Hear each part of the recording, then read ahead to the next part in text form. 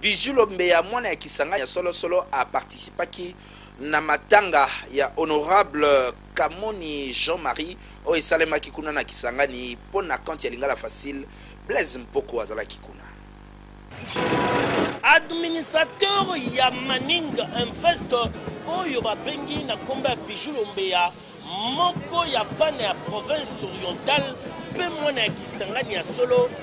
na pasi oyo komelaki bana ya Kisangani ya kobungisa honorable député national na bango Jean-Marie Kamoni yepe ayaki lokola moto nyonso po assister pe kotika gerbe de fleurs azalaki ye mokote accompagné na Wuli Bafoa oyo azali ADG ya Okimo na bandeko ya ndenge na ndenge mawa munene et puis perte munene pour la partie na biso PPRD et surtout pour la province orientale en général parce que to perdre défenseur moko munene ya province et puis notable munene ya mboka na biso oyo azalaki molobeli na biso alors wana nde ezali mawa mingi mpona biso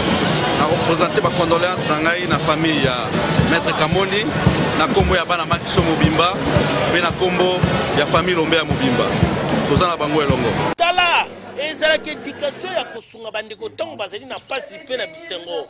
yango wana Bijou Lombeya ye azangisaka te na baokazio ya boye kozala esika ya bato bazali kolela pe kozala esika ya bato bazali kosepela mpo eza nango ndenge na ye kokamba